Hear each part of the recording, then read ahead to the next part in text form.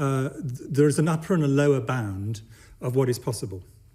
The upper bound of this is we cannot allow the R, the force of transmission, to go above 1 for any extended period at any point, because if it does, exponential growth of this will continue, it'll resume, and we will get back to a situation where the NHS could have its emergency services overwhelmed, which we've managed to avoid due to the remarkable work of the NHS itself in expanding its activities, the British public in heeding the advice to stay home, and significant help, of course, from the armed forces. So, but if it goes back up and you get exponential growth, where you get a doubling time of a few days, let us say, it does not take very long before you move from bad numbers to really bad numbers over quite a short period of time, and at some point to the point where the NHS would really find it very difficult. So we cannot allow that to happen.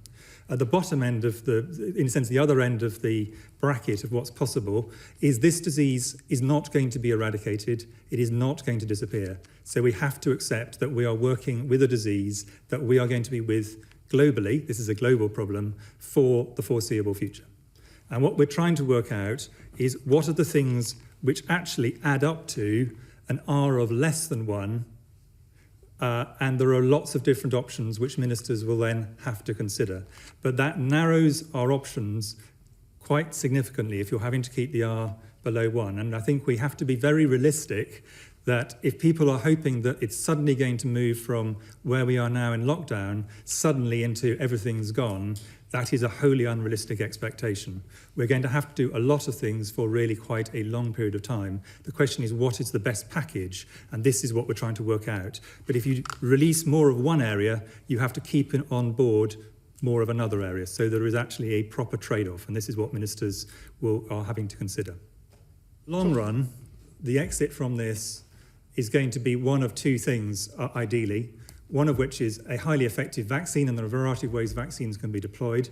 They can be deployed for damping down epidemics, they can be deployed to protect vulnerable people, or highly effective drugs so that people stop dying of this disease, even if they catch it, or which can prevent this disease in vulnerable people.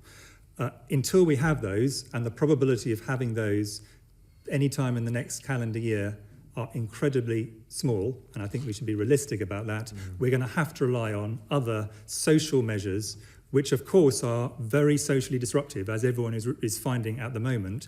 But until that point, that is what we will have to do, and it'll have to be the best combination that maximises the outlooks. But it's going to take a long time, and I think we need to be aware of that.